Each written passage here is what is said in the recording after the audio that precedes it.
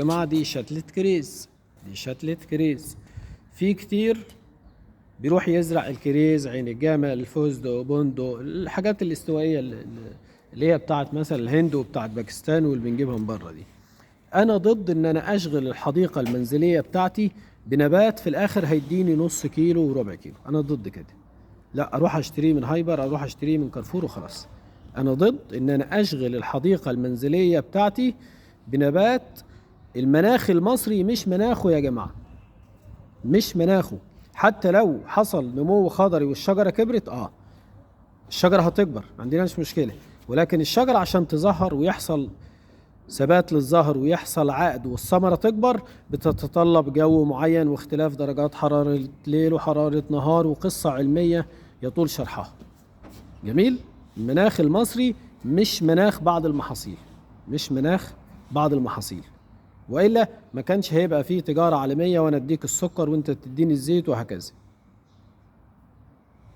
أنا ضد إن أنا أشغل الحديقة المنزلية بتاعتي بنباتات استوائية لم تلقى القبول في المناخ المصري. حط تحتها خطين، لم تلقى القبول في المناخ المصري. لا، أنا أزرع الحاجة اللي أثبتت وجودها في المناخ المصري. عايز تجرب يبقى الجنينة بتاعتك كبيرة وجرب. إنما أشغل الحديقة المنزلية بتاعتي بحاجة أنا لم تلقى القبول، لا، غلط. يعني الجو المصري مش جوها، لا ده غلط.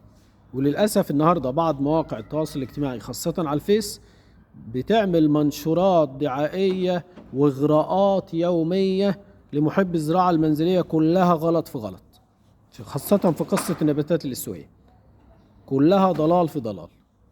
خلاص، هي مجرد نباتات حديثة. المناخ المصري مش المناخ بتاعها. لما يبقى المناخ بتاعها نبقى نزرعها، انما انا ما اجربش في نفسي، ما اجربش في نفسي. طيب الحاجة التانية، ما ازرعش نبات انا ما اكلتهوش.